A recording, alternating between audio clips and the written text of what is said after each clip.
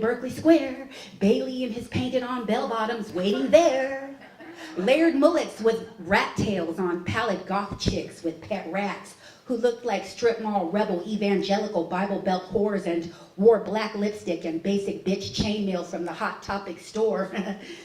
Retail, resale, Rostamon vibrations, crack rock and roll, McDonald's alienation, pinko, lesbo, political agitation, frat house kegger, beer bong home invasion, the iconically feral appeal of the long gone quarter meal. Yeah, empty dime bags teased the skag hags at People's Park after dark who leaned in to cop a furtive feel. Dumpster divers hunkered over in the free box, wearing their muddy white knockoff Reeboks. But through it all, Julia and her magic bubbles just shimmered past, wrapped in that shawl of kaleidoscopic swag, in the days when homelessness looked pretty shiny and brand new for all but the unlucky few. And freedom wasn't just another brand name for a vape pen. The end.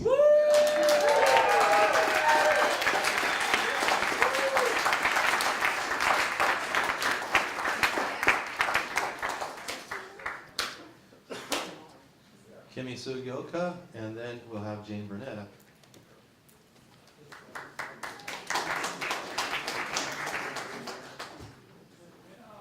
No, it's gotta be better.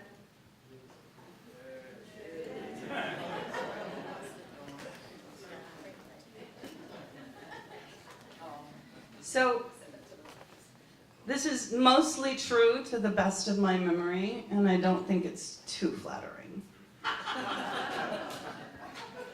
Have you heard this one? Julia Vinograd, George Tirado, David Golub, and me shuffle into a Soma donut shop at 1 a.m. after stumbling through paradise. Motley muttering and cursing the powers, whoever they might be, we order coffee and donuts without surrendering a single coherent syllable. This was the one time Julia didn't try to sell me her book. Always a new book, always a pitch, always $5, always a home run, even if it was 5 of my last 10. I was 16 when I worked at the Wren. Julia frequented the Med, but occasionally came to my counter. Impressed and flustered, I gave her coffee. I gave her free coffee. I was always giving away coffee to anyone I thought deserved it. And Julia, with her bubbles and poems, was an icon even then.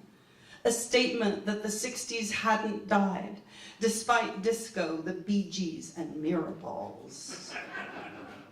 And then there was Babar, where the corrugated steel walls bulged and vibrated with the coagulations and cogitations of David Lerner, Vampire Mike, Dominique Lowell, Joey Cook, and Julia.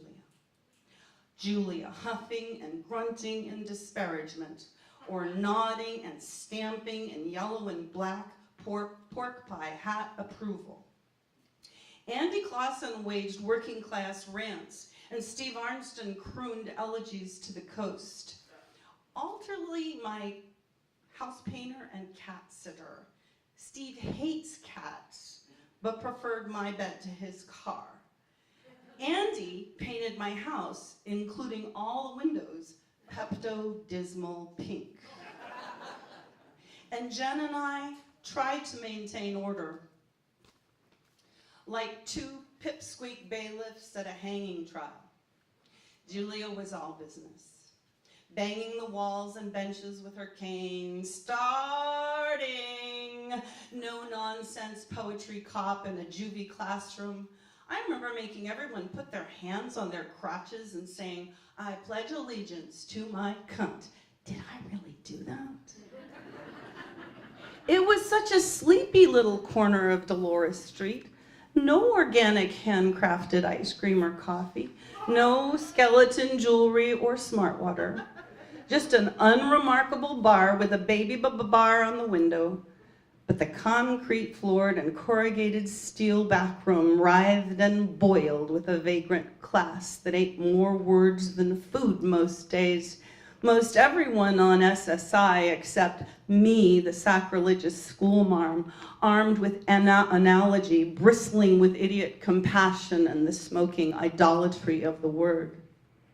My last reading at Paradise, pregnant and unprepared. Julia coolly distant. No interest in birthing anything but the gestating poem. After 17 years of maternal hibernation, I read my first serious poem at Booksink in Alameda. Julia was there listening and actually, emphatically exclaimed, "That was a really good poem." Thank you.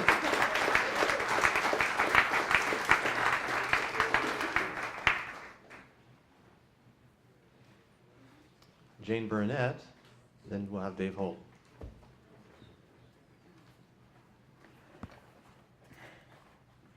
Okay, sorry, Julia, I didn't mean to come up here.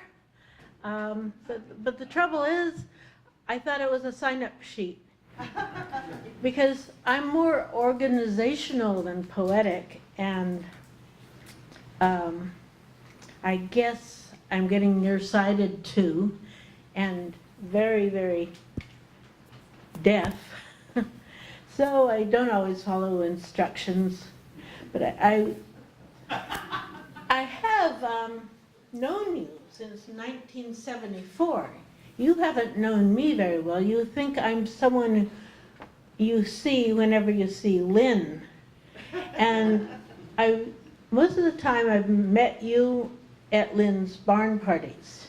You're always prepared for me, though. You always see me coming, and you hold up one of your poetry books. It's always a different one, and I always have cash to buy it. I'm always prepared. I just love your poems, and I would like to read one of them to you. It's kind of a metaphor for going away, I think. It's called Tomorrow. Tomorrow is a day that never goes away. It always hangs over our heads like a vacuum cleaner, sucking up today and never appearing. Soon, we say. Sometime, we say. In a minute. Just a second. But not now, never now. Tomorrow is the day that never comes and never goes away, and steals our attention and never goes away. We go away. We go away. And tomorrow follows us closely as a nagging wife.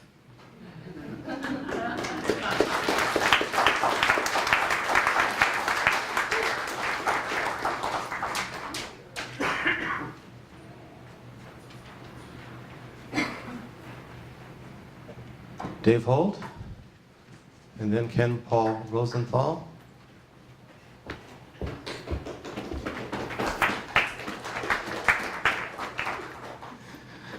I'm pretty new to the Berkeley poet scene, so I didn't know Julia very well. My one encounter I do remember is when she showed up to hear my reading and it wasn't John Rowe as it was supposed to be, and she left. But she always tried to sell me a book too whenever she saw me. So, bless her heart. This is my first act of rebellion. So it made me think of her. It's a 60s poem. I managed to get out of the suburbs too. I'm back there now. I don't know how that happened, but I did get out for a while. The barbers of Norwich. They made me go. Mother cried tears when I sneered, pouted, clung to the chair, flouted their futile attempts to intimidate me, pleaded, why should I cut my hair off? It's mother's funeral, more tears. You have to. For Grandpa, his wife of 50 years passed away. They treated me like a child. I knew how to negotiate a sidewalk. I walked downtown alone. Don't need my hand held for my appointment with the blade. into the barber shop of the old men, enduring the laughter at my expense, the feigned disgust, as the ironic barber pulled at my John Lennon locks, held them out for the others, pointing, yucking it up. The community's elders could laugh now, but we were going to overthrow this institution of old men, grumbling against the left-wing politics of the day. I am tied down in the chair, tissue collar fastened tight, onerous as an iron ring around my neck, cape pinned even tighter. The disgusted barber raises his guillotine, snap, snip, my beautiful Liverpool bob drops to the black and white linoleum tiled floor.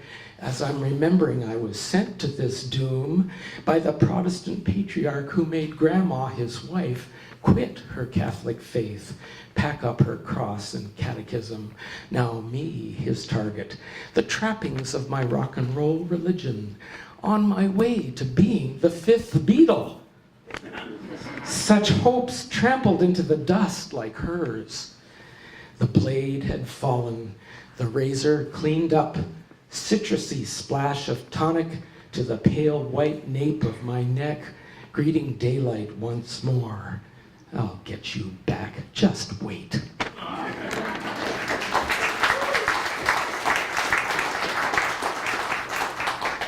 Hi, everyone.